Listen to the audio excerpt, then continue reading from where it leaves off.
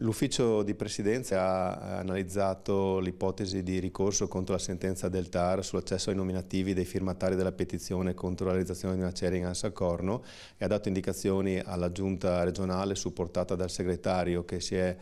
confrontato con l'ufficio legale sui contenuti di procedere al ricorso al Consiglio di Stato affinché ci sia una pronuncia da parte di questo organo sulla questione, che riteniamo sia importante non solamente per la fattispecie specifica ma anche come precedente per il futuro, tenendo conto che riceviamo tantissime petizioni nel corso dell'anno e chiaramente è uno strumento importante a disposizione dei cittadini ed è giusto che venga in qualche modo definito in modo preciso il contorno dell'esercizio di questo diritto. Pertanto con il supporto, con la valutazione fatta dal punto di vista tecnico-giuridico abbiamo dato questa indicazione alla Giunta, che adesso avrà il compito di decidere definitivamente in termini di proposizione o meno del ricorso al Consiglio di Stato.